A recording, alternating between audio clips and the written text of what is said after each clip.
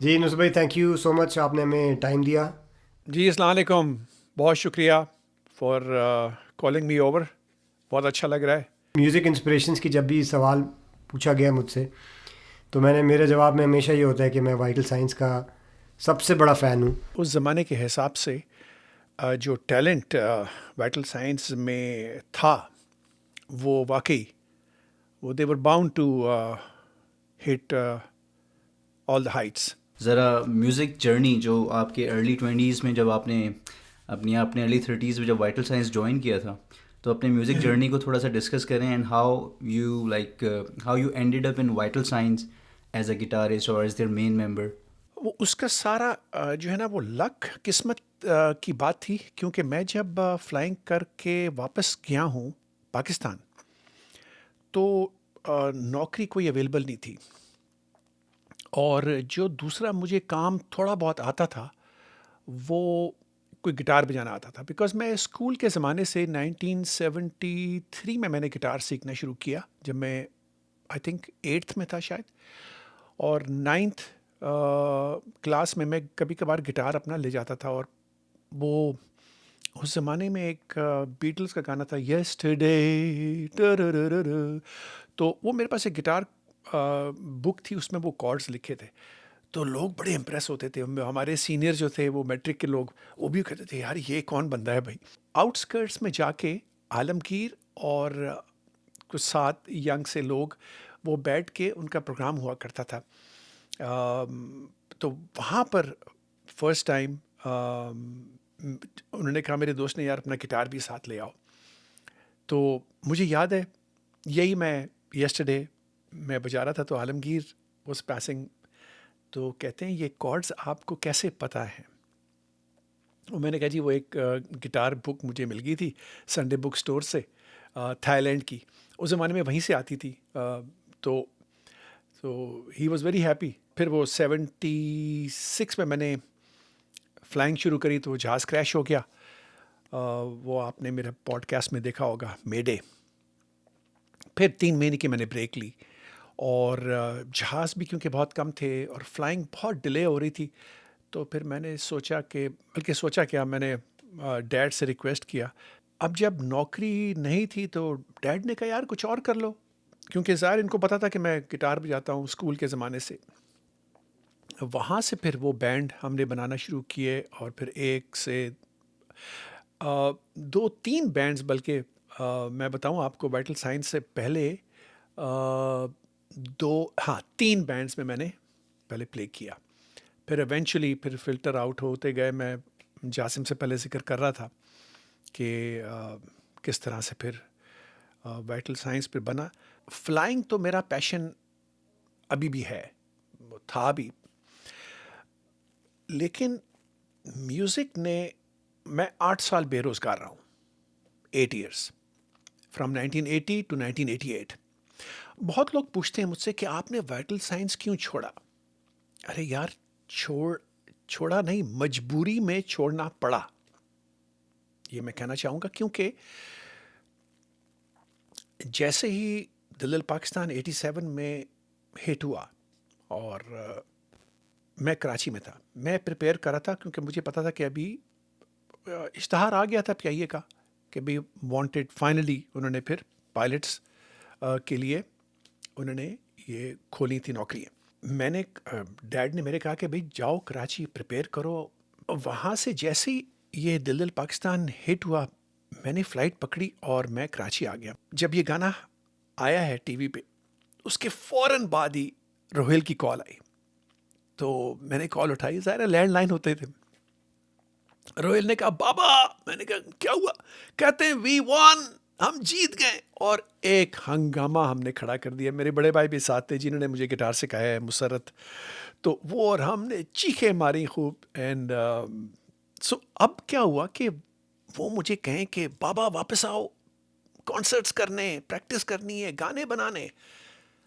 अब मैं उनसे, वो मेरे लिए बहुत ही एक क्रिटिकल टाइम था, और मैं बहुत सैड भी था और खुश भी था कि एक तरफ फ्लाइंग की नौकरी का चांस है, और एक तरफ बैंड। तो बहुत ही difficult situation, I know, you know, but flying क्योंकि करनी ही करनी थी, I just couldn't leave that. तो मैंने दोस्तों से कहा यार आई एम सॉरी, लेकिन मैं तो नहीं आ सकता हूँ, बहुत ही विद अ हैवी हार्ट। अच्छा, तो ये आपका आपका ये 100% आपका अपना पर्सनल डिसीजन था या इन्फ्लुएंस्ड बाय फैमिली या डैड, उनका भी कोई फैक्टर था इसमें कि आप फ्लाइंग की तरफ जाएं और म्यूज़िक को कंटिन्यू ना करें?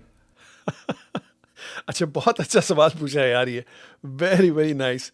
मैं ये कहने ही लगा था कि क्योंकि मेरे बड़े भाई कैप्टन सरवत, वो भी पीआईए में उन्होंने काम किया है और कतर एयरवेज में भी, तो उन्होंने मुझसे कहा कि वो समझ गए थे कि मैं किस इस तरह से गुजर रहा हूँ, तो ही आस्क्ड मी कि तुम टेम्प्टेड हो ना कि वापस बैंड में जाके, और क्योंकि ज़ाहिर है now you are almost there in music, तो मगर उन्होंने कहा कि आई होप कि तुम्हारा फ्लाइंग का जो पैशन है उसको तुम अपने, अच्छा, वो एक तो मजबूरी ये भी थी, देखें उस ज़माने में आपको पता है कि बैंड जो थे वो ज़्यादा से ज़्यादा क्या करते थे, वो किसी 5 स्टार 4 स्टार होटल में शाम को बजा लिया और कोई 4 पैसे मिल गए आपको।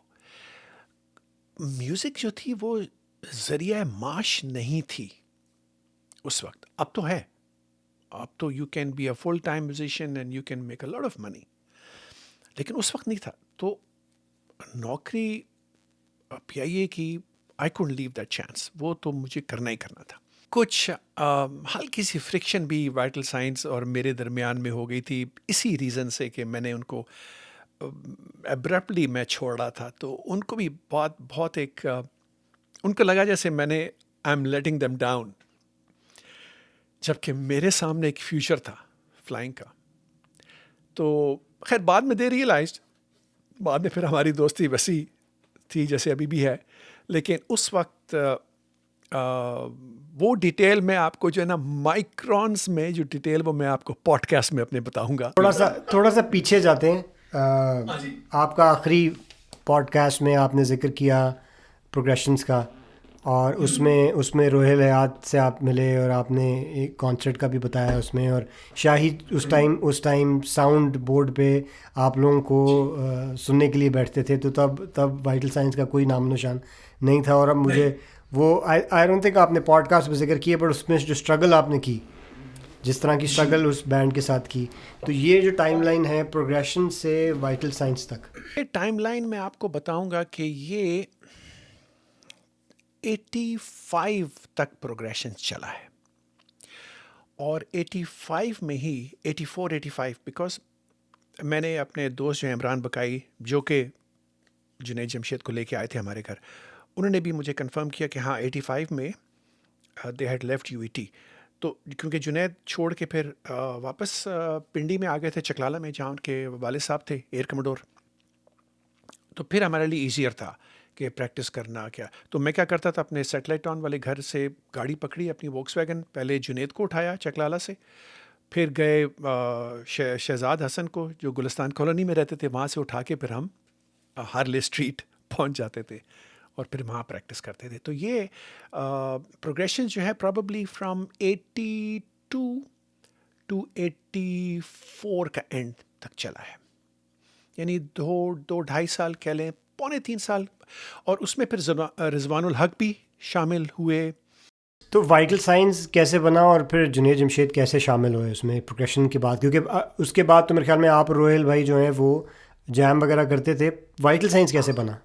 वाइटल साइंस वो आपको देखना पड़ेगा मेरा पॉडकास्ट, जो कि जब इंट्रोड्यूस हुआ है, जब इमरान बकाई ने जुनैद जमशेद को लेके आए, क्योंकि अब हम रह गए थे 3, मैं, रोहेल और शहजाद। अच्छा, हम जैमिंग करते थे, अपने कोई गाने निकाल रहे हैं, उसके पास जो रोहेल के पास जो ड्रम मशीन थी वो सिंक हो जाती थी with TB-303, the base line.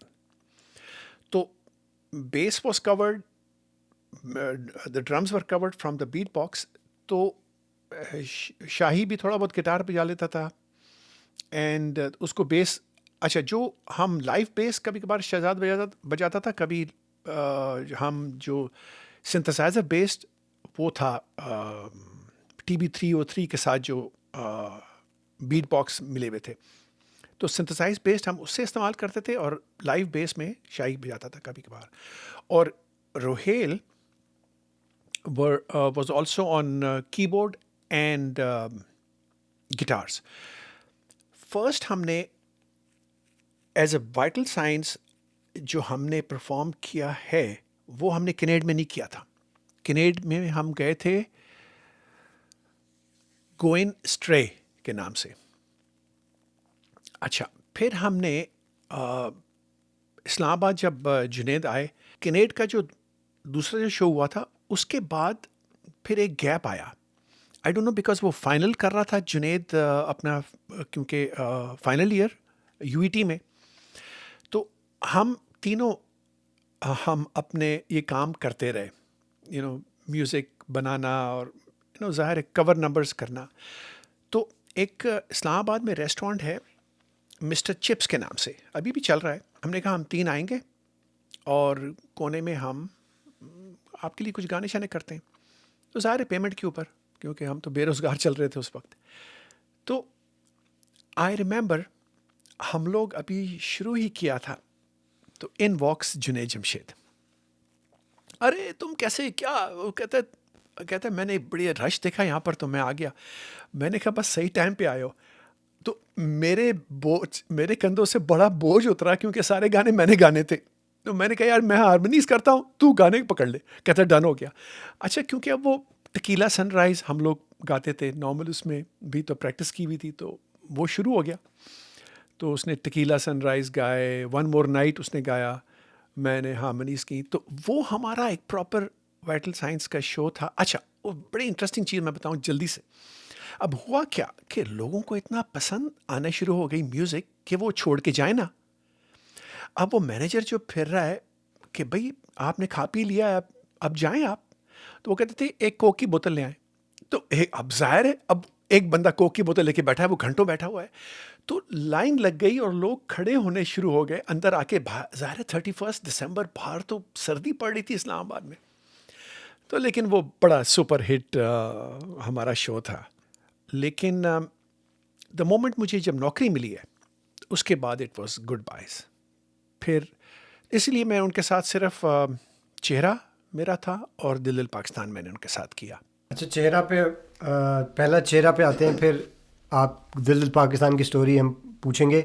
चेहरा कब आपने जो प्रोजेक्ट का अपने पॉडकास्ट में एक्सप्लेन किया हुआ है, लेकिन हमें जल्दी से उसमें उसको बताएं कि वो आपको कैसे मिला. मेरे दरमियान और रोहेल के दरमियान एक चीज़ बड़ी कॉमन थी कि हम लोग दोनों में अपना क्रिएट करने की जो आग थी, जो फायर थी, जो वो जल रही थी. ख्वाहिश थी यार कि अपने गाने करें कोई.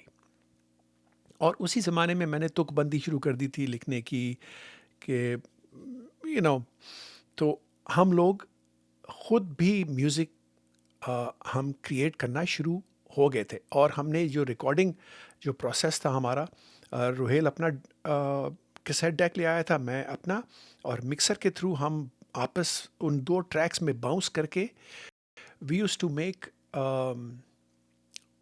Make those 2 tape recorders as 4 track. तो हम लोग वही एक्सपेरिमेंट कर रहे थे. तो रोहेल के बड़े भाई जाहिद हयात आते हैं, यार नुसरत एक गाना करोगे? हमने कहा हाँ कर लेंगे, क्या है उसमें. उन्होंने कहा यार ये, वो नज़म लिखी हुई थी ऑलरेडी उन्होंने. उन्होंने कहा यार ये परमीन शाकिर की नज़म है, तो ये I know somebody in PTV academy. तो उन्होंने एज अ पासिंग आउट ये प्रोजेक्ट है उनका. तो हमने कहा ठीक है.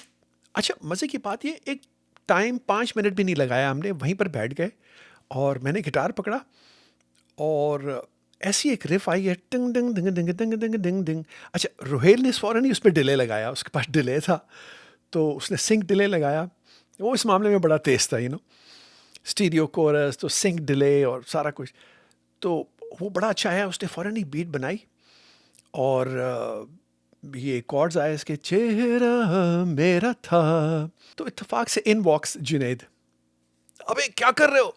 मैंने कहा यार ये गाना अभी दिया गया है, ये बना रहे हैं, अच्छा मुझे दो, अच्छा जुनैद, मैंने पहले भी जिक्र किया इसका कि ही वॉज उस जमाने में सच अ, जैसे कोई लाइफ एंटर नहीं हो जाती कमरे के अंदर एक, और लाउड और शुगल और एक खुश इंसान, एंड व्हाट अ जेंटलमैन। तो अब ज़ाहिर उसकी पिच बहुत ऊंची थी, तो मैं अगर बनाता तो मैं शायद नीचे ही स्केल में रहता। थोड़ी देर बाद शहजाद हसन साहब भी आ गए, आउट ऑफ द ब्लू, बुलाया नहीं था हमने। वो क्या हो रहा है भाई? हमने कह रही गाना कर रहे हैं। उसने फ़ौरन बेस पकड़ा और वो हमने 4 ट्रैक, हमारे पास उस ज़माने में 4 ट्रैक आ गया था। That was the best part. हम एक्चुअली उस 4 ट्रैक को ही हम एक्सप्लोर कर रहे थे।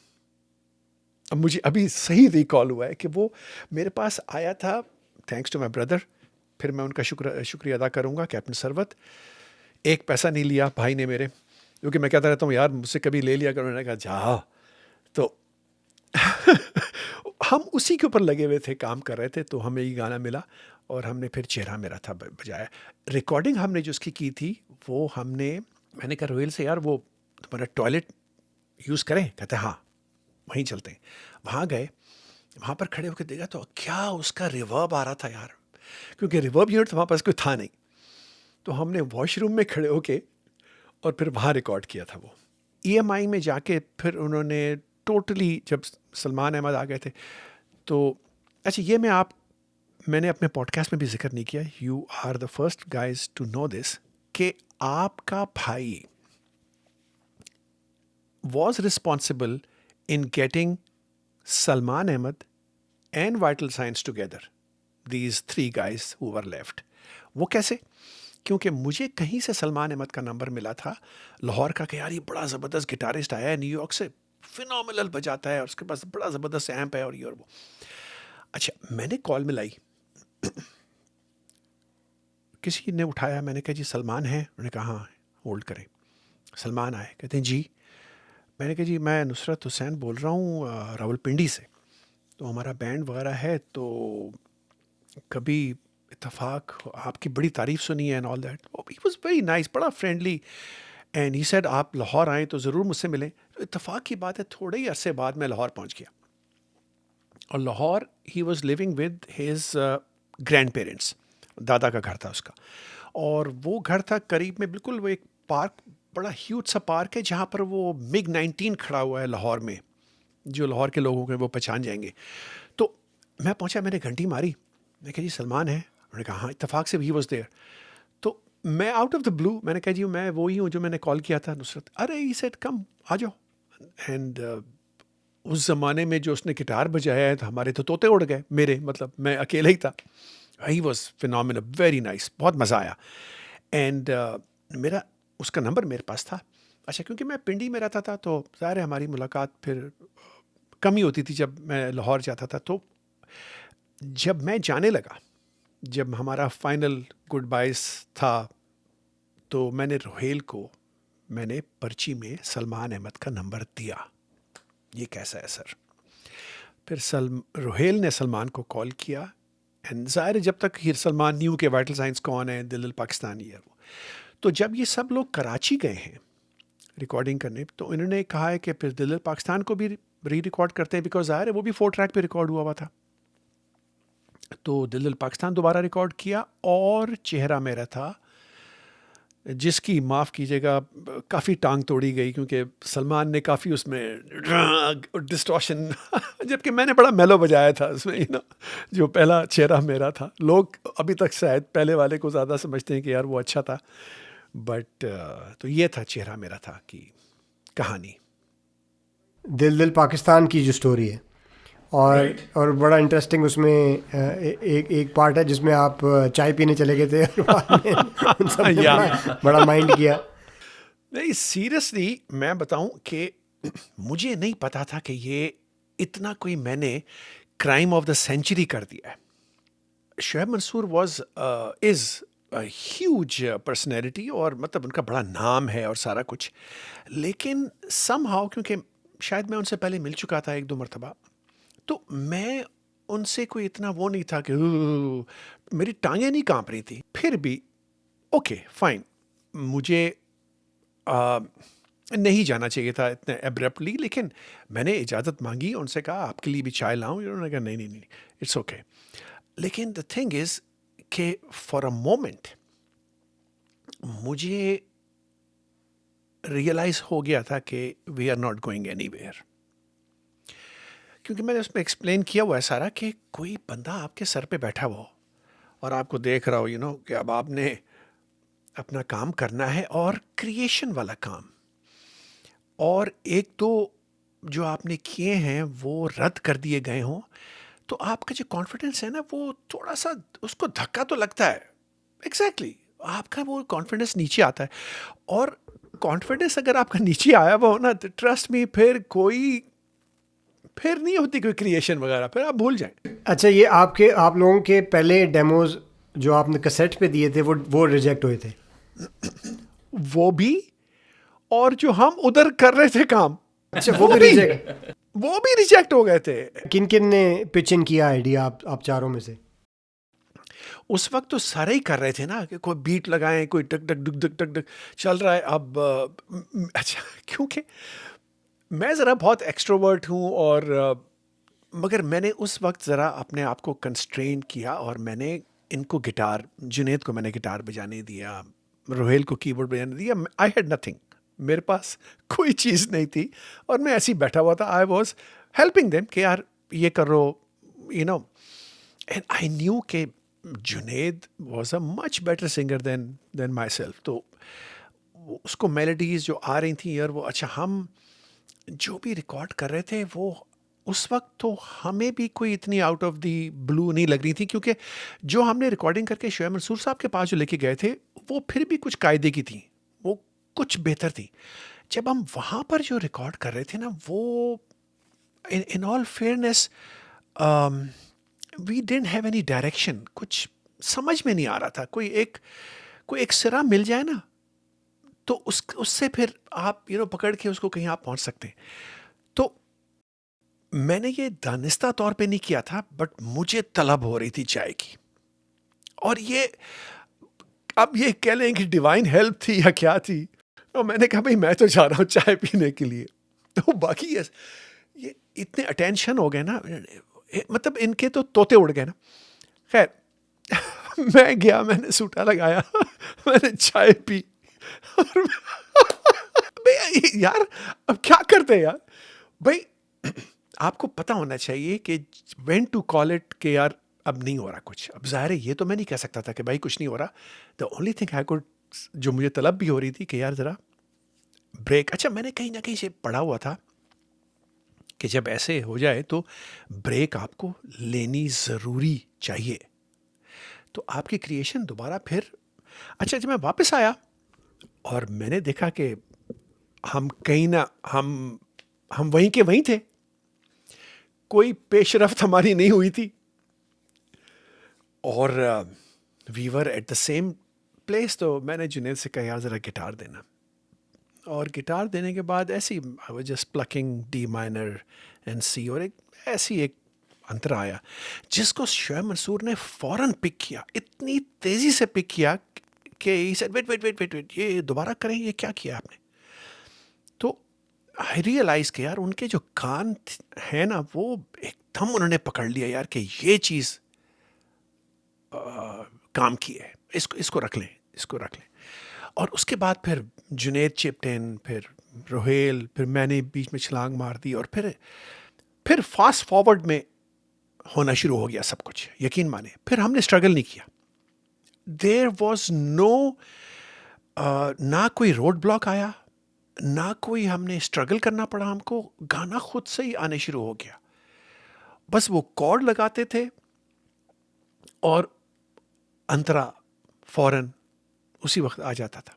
आपको, you are the first one to know एक और भी चीज़ जो कि मैंने पॉडकास्ट में नहीं की, क्योंकि माइक्रो डिटेल्स में मैं नहीं जाना चाहता था। लेकिन जब हम ये रिकॉर्ड कर रहे थे फाइनल, जब हमने कहा कि अब ये रिकॉर्ड करना है, तो एक हमारे दोस्त हैं ताहिर गुल हसन इनका नाम है, तो गिटारिस्ट बड़े अच्छा, ये वही हैं जिन्होंने सीक्वेंसर्स को भी वो किया था रिकॉर्ड, और इनको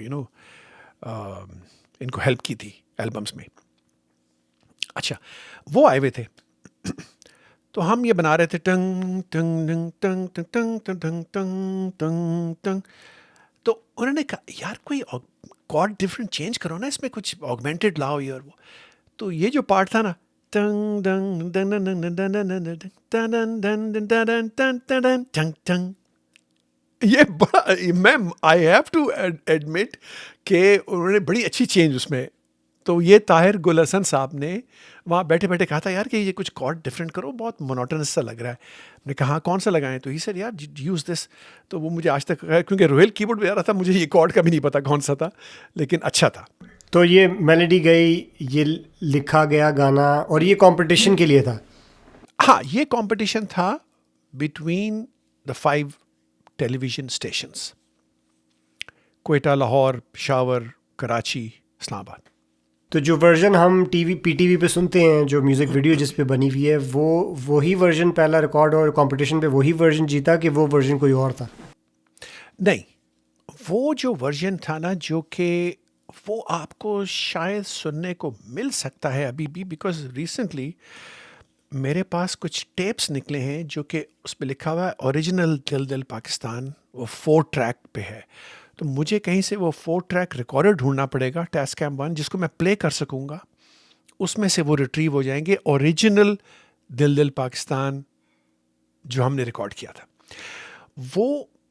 क्योंकि उसमें रोहेल के पास था एक कॉग MS-20, वो जिसमें वो पैच वर्क से आप उसको उस पर काम कर सकते थे। तो उसमें जो था ना पहला, अगर आप, अब तो लोगों को याद नहीं है बिकॉज ये जो था ऑडियो वर्जन, फिर ये इन्होंने सिंक कर दिया था जो अब आप देखते हैं। यानी अभी जो ऑडियो है ये वो EMI की ऑडियो है। असली जो ऑडियो है, जो दिल दिल पाकिस्तान की, जो हमने 4 ट्रैक पे रिकॉर्ड की थी, वो लोगों को भूल गई है। वो ये गाना नहीं है जो पहले आया था और जो हमने जिससे जीता था। उसमें कुछ ऐसे साउंड थे, क्योंकि वो जो MS-20 था वो जनरेट करता था ये स्विरलिंग साउंड्स। रिकॉर्डिंग नुसरत भाई आपने की थी, उसके बाद ये जो बोल लिखे दिल दिल पाकिस्तान के, ये शोएब मंसूर साहब ने यही लिखे हैं उन्होंने खुद? और किस तरह, या इसमें आप लोगों को कभी कोई इनपुट शामिल था, जुनैद जमशेद का या रोहेल हयात का या आपका? नहीं, बिल्कुल भी नहीं। ये मैं एक बात बताऊं आपको कि बहुत लोगों को शायद नहीं पता हो, लेकिन ये शोएब मंसूर के लिरिक्स हैं, लेकिन उस वक्त निसार नासिक के नाम से ये आया था। क्यों? क्योंकि PTV, ज़ाहिर है 1987 की बात है, ये मार्शल के दौर की बात है। उसमें PTV के कुछ रूल्स थे कि जो प्रोड्यूसर है वो सॉन्ग राइटर नहीं बन सकता। कुछ उनका लकूना था, there was a lacuna where he couldn't use his own name. और ये जो दिल दिल पाकिस्तान है, ये पहले इंग्लिश में लिखा गया था शोएब मंसूर साहब ने, ये मुझे खुद उन्होंने अपने बताया अपने वर्ड्स में। और उसमें यही था कि clouds and sky and earth, ज़मीन। तो उसी चीज़ को फिर शोएब मंसूर साहब ने उर्दू में ट्रांसफ़र किया और ये बना। अच्छा, तो ये शोएब मंसूर साहब की जो पार्टिसिपेशन है वाइटल साइंस में, क्योंकि हम लोग थोड़ा सा स्किप कर गए, हम प्रोसेस पे बात कर रहे हैं रिकॉर्डिंग के दिल दिल पाकिस्तान के, लेकिन where did Shoaib Mansoor come in the picture? How, मतलब उनका Shoaib Mansoor connection with Vital Signs कैसे बना? शोएब मंसूर साहब का और वाइटल साइंस का कनेक्शन बहुत डीप है, बहुत डीप था। और वो हर मेलोडी, शोएब साहब में ये चीज़ थी कि मेलोडी उनके पास हो तो उसके ऊपर वो शायरी कर सकते थे, बड़ी आला किस्म की। और वो साथ इनके बैठ के हेल्प भी किया करते थे कि नहीं यार इसको इस तरह कर दो। मेलोडी भी, उसकी चेंज भी उन्होंने, जितना मेरी नॉलेज है, कि काफ़ी गानों में उनको मेलोडी में भी हेल्प की है शोएब साहब ने। क्रिएटिव डिफरेंसेस जब जैम करे होते थे तो किन किन के बीच में होते थे जैम के दौरान वाइटल साइंस में? अच्छा, मैं सिर्फ 2 गानों में या मैक्सिमम 3 शायद मैं, क्योंकि उनके पास जब मैं रोहेल अपने स्टूडियो में कराची में जब रिकॉर्ड करता था तो शायद 1-2 मरतबा मैं था जब ये कुछ बना रहे थे, क्योंकि बाकी गानों में तो मैं मैं नहीं कुछ कह सकता हूँ उसके बारे में एक्सक्यूज़ मी, लेकिन चेहरा में और दिल दिल पाकिस्तान, हम चारों में एक अजीब सी केमिस्ट्री थी और कभी ऐसा नहीं हुआ कि नहीं नहीं नहीं यार ये सही नहीं है, इसको इस तरह करो। जो चीज़ अगर जुनेद ने वो सुर लिया है तो मुझे भी अच्छा लगता था, रोहेल को भी यार मज़ा आ गया। ये चेहरा मेरा था कि बात कर रहा हूँ मैं। तो हमें हमें क्या करना पड़ता था, मुझे रोहेल को, we just had to figure out which chord to play the next, and Junaid would take the melody खुद से, he would generate the melody और हमें अच्छी लगती थी फ़ौरन ही। तो इन 2 गानों का मैं डेफिनेटली जिक्र करूँगा। एक गाने का ज़ाहिर है जो मैंने रोहेल ने मुझसे कहा यार बाबा वो तुम्हारा गाना हमने उठा लिया है। मैंने कौन सा भाई? वो वाला तेरे लिए है मेरा दिल मेरी जान, वो आपके भाई ने मिली नगमा लिखा था ये पाकिस्तान के। अगले साल हम ये शायद कुछ करेंगे तो मगर मुझे बड़ी खुशी हुई जो बाकी वर्स जो थे उसके वो उन्होंने बहुत अच्छे बनाए। आई डोंट थिंक सो कि मैं इतने अच्छे वर्स बना सकता था। अच्छा, इन लोगों को डील मिल गई, आपने फ्लाइंग शुरू कर दी, पर आई थिंक आपका राब्ता फिर भी इनसे थोड़ा थोड़ा रहा जब तक ये लोग रिकॉर्डिंग करते ये रहे। पहला एल्बम कर रहे थे तो I used to go there to EMI और मुझे याद है मैं एक दिन पहुंचा तो रोहेल ने कहा यार बाबा इधर आ, गाना सुनाता हूँ तुझे। मैं कौन सा? कहता है अभी मिक्स कर रहे हैं।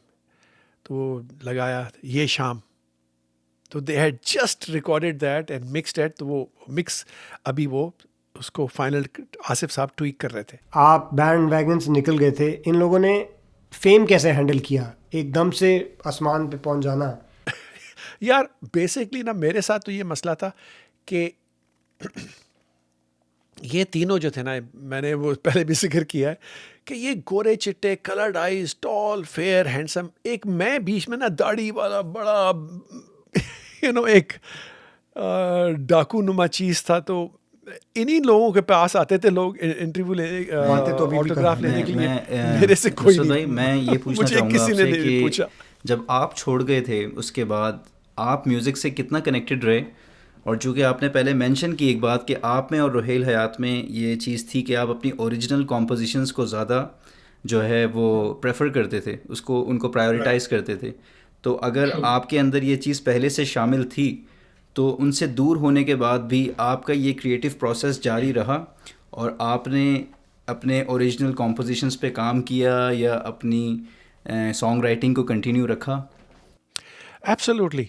वो क्योंकि मैं जब कराची गया तो खाला के पास एक ऊपर कमरा था, वो उन्होंने मुझे दे दिया। वो कनाडा रहती थी नॉर्मली, तो वो कमरा मेरे पास पूरा वो जो फ्लैट सा था, एक पोर्शन था घर का, वहाँ पर मैंने अपना स्टूडियो बनाया जहाँ पर जुनून की रिकॉर्डिंग हुई। ज़्यादातर सारी सीक्वेंसिंग वगैरह वहीं पर हुई। और क्योंकि मैं आपको इंटरेस्टिंग बात है, सलमान बहुत पिटता था मुझे, यार नुसरत ये गाना हमारे पहले एल्बम का होना चाहिए। वो गाना मेरे पहले अमृत एल्बम का था, इरम। बहुत पॉपुलर हुआ था वो, मैं उसको रीमास्टर कर रहा हूँ, आप उसको सुनिएगा। तो इरम की पूरी एक दास्तान है और वो पॉडकास्ट में भी बयान की जाएगी और बड़ी इंटरेस्टिंग स्टोरी है। तो it's based on an actual person actually, और rather persons with an S. बड़ी मार पड़ेगी मुझे लेकिन अच्छा। तो मैंने अपना, क्योंकि अब ज़ाहिर है सलमान हैड जॉइंड, अच्छा सलमान जब उनके साथ था वाइटल साइंस, तो मैं अपना फिर खामोशी से अमृत पे मैंने काम शुरू किया हुआ था। जब Salman left he went back to Lahore और फिर मैं जब लाहौर गया तो मेरी वहाँ से मुलाकात हुई. Then he threw this idea कि अरे गाना करते हैं. मैंने कहा चलो करते हैं. फिर वो जुनून की स्टोरी आप सुनेंगे इंशाल्लाह पॉडकास्ट में. द थिंग वॉज कि मैंने फिर ज़ाहिर है रोहेल ने हेल्प किया. अमृत में को प्रोड्यूस्ड कुछ गाने रोहेल ने प्रोड्यूस किए हैं, बल्कि पूरा एल्बम रोहेल ने प्रोड्यूस किया है. कुछ गाने रिकॉर्ड उसने उसके स्टूडियो में हुए थे लालाजार वाले में, और कुछ गाने EMI में रिकॉर्ड हुए थे. अलबत्ता कहो जो है, कहो एल्बम टोटल मेरा और सरमद गफूर का था, और शाही ने मिक्स एंड मास्टर किया था. जुनून से आपका फिर बना वाइटल साइंस के बाद. जुनून में भी आपने आपका कितना हिस्सा रहा जुनून के अंदर? जुनून में यार I was the founder member. हुआ ये कि एक लाहौर में जब मैं गया हुआ था, ले ओवर कर रहा था, तो मैंने इसको कॉल किया सलमान को. कहता कहाँ हो? मैंने कहा यार मैं PC में हूँ. तो इस साइड में आ रहा हूँ. मैंने कहा आ जाओ. तो I was in my room, he came over. और क्या हो रहा है? अब ये वाइटल साइंस छोड़ चुका था. ही सेड यार वो मेरे घर चलो, कुछ जैम करते हैं, अली भी आया हुआ है. मैंने कहा अली? ओ वो जुपिटर्स वाला? कहता है हाँ. मैंने कहा यार वो तो ऑस्ट्रेलिया चला गया था. कहता नहीं वापस आ गया. ओह अच्छा रियली, चलो. वो मुझे घर ले गया. वहाँ पर अली साहब आ गए थोड़ी देर में, और वहाँ पर जैम शुरू हो गया. खूब गाने गाए हमने, और उसके पास एक टेस्कैम का रिकॉर्डिंग मशीन थी बड़ी ज़बरदस्त सलमान के पास, with a built in mixer, beautiful. खैर उसने कहा यार मेरे पास एक गाना है, तुम इसको सीक्वेंस वगैरह कर दोगे? मैंने कहा हाँ कर देंगे. वो गाना था वो मेरे पास आ जा, डिंग डिंग डिंग डिंग, पहले वाले एल्बम का. वो ही केम ओवर, और मेरे कमरे में हमने इसको सीक्वेंस किया, रिकॉर्ड किया सारा, और हम EMI पहुंच गए. EMI में उसकी हार्मनीज़ वगैरह अली ने और मैंने दी हैं, और वो गाना रिकॉर्ड हुआ. उस गाने के रिकॉर्ड के बाद अली पीछे बैठा हुआ था, मैं साइड पे बैठा हुआ था. 20D ब्लॉक 6 कराची में he was dropping me to my place when we park the car, और हम वहाँ गप लगा रहे थे. ही सेड यार नुसरत एक बात कहूँ? मैंने कहा हाँ कहो.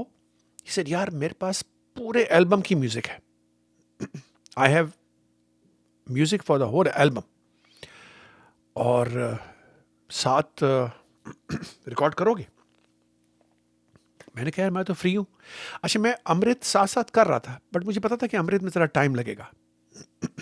तो मैंने कहा हाँ ठीक है. ही सेड यार मुझे नाम भी मैंने सोचा हुआ है. मैंने कहा क्या? कहते हैं जुनून. अरे यार मैंने पहली बार नाम सुना. मैंने कहा यार मज़ा आ गया उस्ताद, क्या नाम सोचा है तुमने? कहता है यार बस जुनून है ना म्यूज़िक का. मैंने कहा हाँ यार वो तो मुझे भी है. तो ये सेड बस डन हो गया, जुनून इज़ द नेम. सलमान का ही आइडिया था कि मैं उसमें ख्वाब जो है वो मैं गाऊं, और जिए मैं गाना स्टार्ट मैं करूं. और वो जो गाना था सुन, जुनून के पहले एल्बम का, वो मैंने 3 गाने मैंने गाए थे. वो जो ख्वाब गाना है वो आप ही की आवाज़ है गालिबन? जी, जो बड़े सालों बाद लोगों को पता लगा. लोग समझते थे कि ये अली अज़मत गा रहा है. और मैं एक चीज़ का एतराफ़ करना चाहूँगा यहाँ पे कि आपकी उस आवाज़ ने और उस गाने ने मुझे कोई इतना रुलाया है. अपने बुरे वक्त में मैं वो गाना सुन के बहुत रोया हूँ. मुझे बहुत अच्छा लगता है वो गाना, बहुत दिल के करीब है मेरे वो गाना. आई नो उसके गाने की हिस्ट्री है. आई विश मैं इस वक्त अभी बता सकता, लेकिन उसका एक अलग पॉडकास्ट है मेरे पास.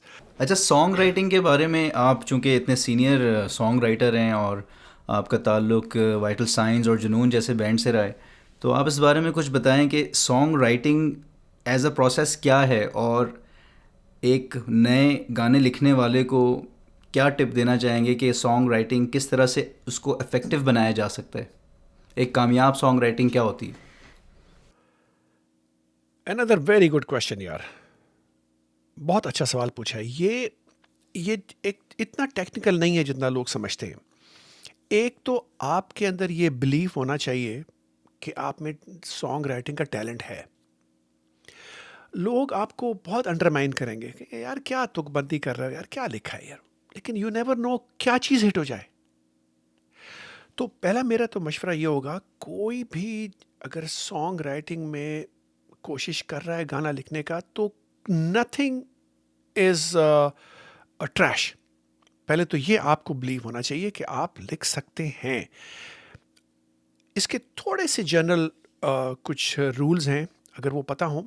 एक तो ये कि जो भी मेरे जो गाने आए हैं सबसे जो अच्छे मुझे लगे हैं और जो ऑडियंस को लगे हैं, अगर आमद हो रही है आपको शेर अशार की और मेलोडी की साथ, तो उससे तो बेहतर कोई चीज़ है ही नहीं। अगर वो नहीं हो रही और आपको मेलोडी आपने एक अलग से बनाई है या आपको अशार आ रहे हैं, और होती ये आमद है by the way, I totally believe it, ये गैब से आते हैं मज़ामी ख्याल में, लेकिन आपको रिसेप्टिव होना पड़ता है। और ये चीज़ बाय फोर्स नहीं होती, ये चीज़ होती है दिल से। क्रिएशन जो है ना वो एक लॉजिक से नहीं होती, आपको आर्टिस्ट होना पड़ता है उसके लिए, और उसके लिए आपको इतना डीप अगर आपको कोई धक्का लगा हुआ हो, कोई गम लगा हुआ हो आपको, तो ख़ुद ही आप क्रिएट कर सकते हैं, अच्छी शायरी कर सकते हैं।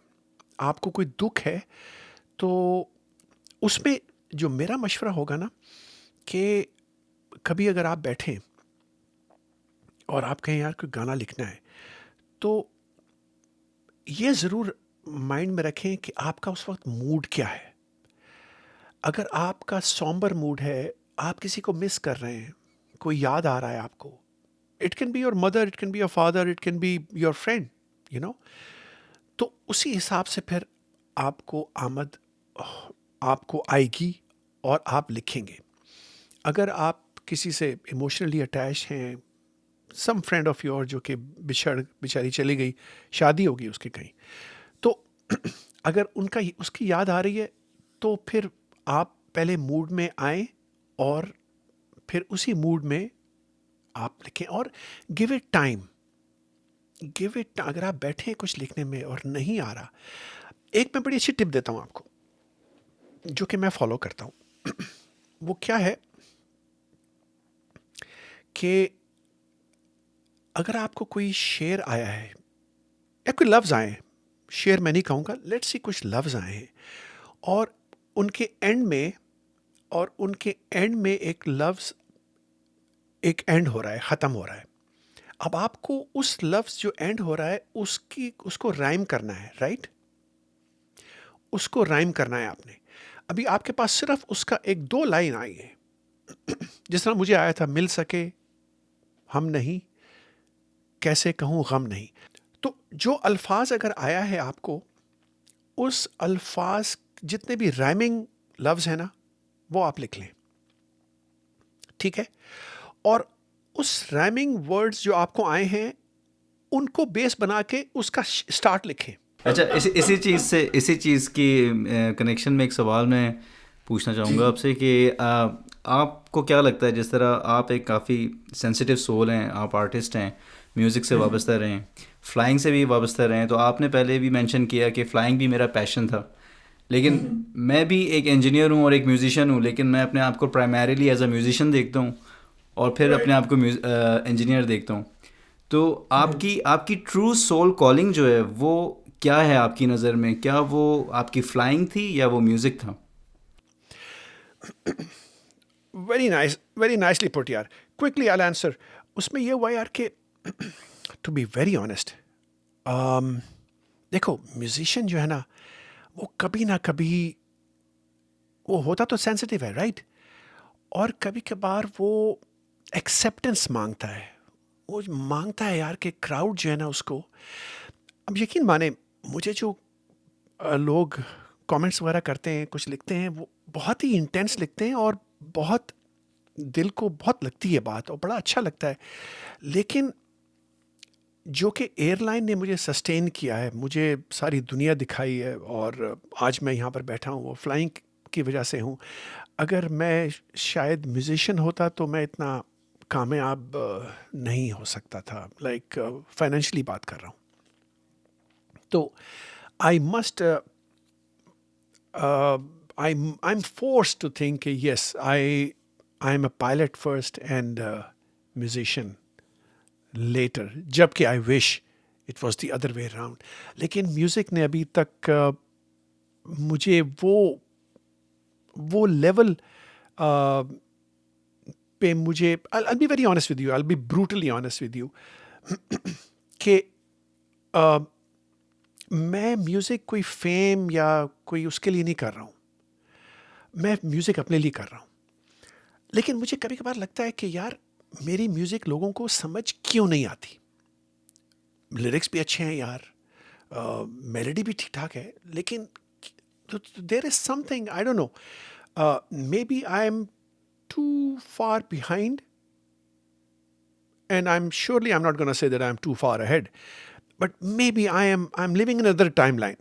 मैं किसी और डायमेंशन में रह रहा हूँ जो म्यूज़िक इस रियलिटी के लोगों को नहीं समझ आएगी। और आपको क्या लगता है कि ये जो आपने बड़ी प्यारी बात की कि आप एक अलग डायमेंशन में रह रहे हैं, और मेरा ख्याल है जितने भी तमाम म्यूजिशियंस हैं जो कि आजकल के म्यूज़िक से रिलेट नहीं कर पाते, उन सब का अलमिया है, इंक्लूडिंग आवरसेल्व्स। हम लोग, हालांकि आपकी एज और हमारी एज में बहुत डिफरेंस है, लेकिन हम भी ये महसूस करते हैं कि हमारा जो म्यूज़िक है वो मैसेस के लिए एक्सेप्टेबल नहीं है। तो आपको क्या लगता है इस गैप को ब्रिज कैसे किया जा सकता है, रिगार्डलेस ऑफ एज? बेशक आप 100 साल के हैं या 80 साल के हैं, 50 साल के हैं, इस गैप को किस तरह से आप ब्रिज कर सकते हैं म्यूज़िकली? यार ये जो है ना, मैं पर्सनली ये समझता हूँ कि हमें आजकल के जो क्राउड है ना, जो जिन प्रोड्यूसर्स को आजकल का पता है कि यार वो कौम क्या मांगती है, साउंड चॉइसेस क्या हैं, ये बड़ा मैटर करता है। मैं अभी भी चूज़ करता हूँ, मेरे पास बड़ा मॉडर्न कीबोर्ड है, लेकिन मैं साउंड चूज़ करता हूँ वही 80-90s की। तो आपको एक हेल्प लेना है प्रोड्यूसर से जो कि आजकल का साउंड उसको पता हो कि कौम ऐसे पिक करेगी। We need help. I mean I would love to seek a producer के यार भाई तू मेरे लिए यही गाना है, तू चूज़ कर साउंड, मेलोडी मेरी बेशक रहने दे, साउंड तू चूज़ कर, बीट तू चूज़ कर, और प्रोबेबली लोगों को वो बात समझ में आ यह आपने बहुत अच्छा इसका क्रैक बताया, बहुत अच्छा हैक है। और आपकी इस बात से मुझे यही एक तासुर मिला है कि आप में एक्सेप्टेंस है, you are open to exploring new ideas. क्योंकि अगर आप अपने बबल में होते तो आप ये बात कहते ही नहीं कि आजकल के प्रोड्यूसर्स को तो मैं कंसीडर ही नहीं करता। आपने ये बात बड़ी अच्छी की, मुझे अच्छी लगी ये बात कि आप कह रहे हैं कि जो मॉडर्न साउंडिंग प्रोड्यूसर्स हैं उनकी हेल्प ली जाए ताकि अपने आप को हम लोग करीब लाएं। जाते जाते मैं एक जिक्र करूं, एक लाहौर का प्रोड्यूसर है, मैं उसका नाम भूल रहा हूं अभी, बड़ा इंटरेस्टिंग सा नाम है उसका। उसने बड़े अच्छे 1-2 सिंगर्स के उसने गाने बनाए, तो मैंने उसको कॉल किया तो उसने कहा जी हाँ जी गाना भेजें। तो मैंने कहा यार ख्वाब जो है उसको रीडू करना है। उसने ख्वाब को बड़ा मॉडर्न तरीके से उसने रीडू किया और बड़ा ज़बरदस्त उसने काम किया। सिर्फ वो अभी तक आया इसलिए नहीं क्योंकि उन्होंने कहा यार कि आपने जो गाना है ना, वो आप या लाहौर आएँ या आप लाइव मेरे साथ, I will tell you how to sing it. मैंने कहा यार ये तो टोटल कंट्रोल में आ गया है बंदा। तो मैंने कहा अच्छा जब मैं लाहौर आऊँगा तो मैं आपके स्टूडियो में आके रिकॉर्ड कर लूँगा, तो अभी तक पेंडिंग पड़ा हुआ है। So because he has his own vision which I don't want to disturb. मैं नहीं चाहूँगा कि मैं कहूँ नहीं मैंने इस तरह से गाना है, वो जो कह रहा है मैं उस तरह से गाऊँगा, क्योंकि उसका माइंड एक अपना इस तरह से चल रहा है। And we have to accept this. आपको मैं खुद भी, मैं तो बल्कि I will be more than happy अगर कोई यंग प्रोड्यूसर कहे नुसरत भाई कोई गाना है तो मुझे दो यार, मैं आपको बना के देता हूँ, तो मैं छलांग मार के पहुँच जाऊँगा, यू नो, बिकॉज ये ज़रूरत है टाइम की। बिल्कुल सही कह रहे हैं आप। आपने पॉडकास्ट में मेंशन किया कि आप बुक भी लिख रहे हैं, तो हमें थोड़ा बहुत बता सकते हैं अपने बुक के बारे में? अरे यार बुक जो है ना वो बड़े मज़े की है और वो काफ़ी सारे चैप्टर्स मैंने लिखे हैं, लेकिन क्योंकि मेरी I am not what you call that book writer, तो मैंने बड़ा उसको जो लिखे हैं वो बहुत कंडेंस फॉर्म में लिखे हैं। तो बड़े interesting, they are very very interesting, लेकिन वो किताब मेरा ख्याल है इतनी पतली सी होगी, कुछ बुकलेट टाइप की होगी। तो मेरी एक दोस्त हैं कराची में रहती हैं, शी इज़ अ शेफ़, उन्होंने मुझे आइडिया दिया। उन्होंने कहा यार नुसरत भाई आप ऐसा करें, ये इसका पॉडकास्ट शुरू करें। बुक तो लिखते रहेंगे आप, लेकिन ये शायद पॉडकास्ट में आप ज़्यादा you know it might be in fact, she told me that you might realize that you are a better storyteller while doing a podcast, you know. उसके अपने चार्म है, मगर जो डिटेल आप किताब में लिख सकते हैं ना, वो आप कह नहीं सकते इतने उसमें, you know, कॉन्शियसली नहीं आते लफ्ज़ कुछ, आप फंस जाते हैं बीच में. तो वो कुछ किताब काफ़ी सारे चैप्टर्स लिखे हुए हैं. तो वो उन खातून का जो है, माय फ्रेंड, उन्होंने मुझे आइडिया दिया, तो फिर मैंने शुरू किया. इस किताब के लिए I am looking for somebody जो कि इसको एक्सपैंड कर सके, जो कि properly in a book form. और एक मेरे दोस्त के बड़े भाई हैं, उनके मैंने 1-2 राइटअप्स देखे हैं, वो अच्छे हैं. I might seek his help, और आई माइट सीक कुछ लोग कहते हैं यार चैट जीपीटी पे जाओ, मगर यार उसमें ह्यूमन फील नहीं आती. I want a human interaction, not an AI. अच्छा, सरसरी तौर पे बता दें कि वो किताब जो है वो किन मतलब वो किस चीज़ पे है एग्जैक्टली? वो किताब it will be my whole life, my growing up days, right from school, college, going to America, about my family, my father, my parents, the whole thing, you know. Because incidentally, मेरे dad की भी एक legacy है, king of फॉकर्स उनको बोलते थे. मेरे जो बड़े भाई हैं वो वाला जहाज़ उड़ा रहे थे जिसमें मुशर्रफ कोलंबो से वापस आ रहे थे. उनकी भी एक दास्तान है अलग. और प्लस फिर ये सारी म्यूज़िक की जो मैं बातें किताब में लिख सकता हूँ, वो शायद मैंने मिस कर दिया हो जो कहने में, you know. उसमें आप जब आप पढ़ेंगे तो आपको ज़्यादा इमेजिन कर लेंगे कि अच्छा इस तरह बैठे थे हम और इस तरह दिल पाकिस्तान बना था. तो that will be something interesting. Thank you so much Nusrat भाई, आपने हमें टाइम दिया. और बहुत शुक्रिया. It was lovely talking to you guys, and definitely फिर इंशाल्लाह करेंगे. We should do this more often. और वो आपकी फ्रेंड ने बड़ा अच्छा कहा, बहुत अच्छे स्टोरी टेलर हैं, तो प्लीज़ आप इस पॉडकास्ट को कंटिन्यू रखें. और आपका जो अंदाज़े बयान है वो बहुत खूबसूरत है और बहुत इंटरेस्टिंग. आप बिल्कुल आप लिसनर को जकड़ लेते हैं, बहुत अच्छी बात है. तो चलें सर, बहुत बहुत शुक्रिया वंस अगेन. बहुत अच्छा लगा आपसे बात करके. Likewise. Stay blessed. Thank you. खुदा हाफिज़.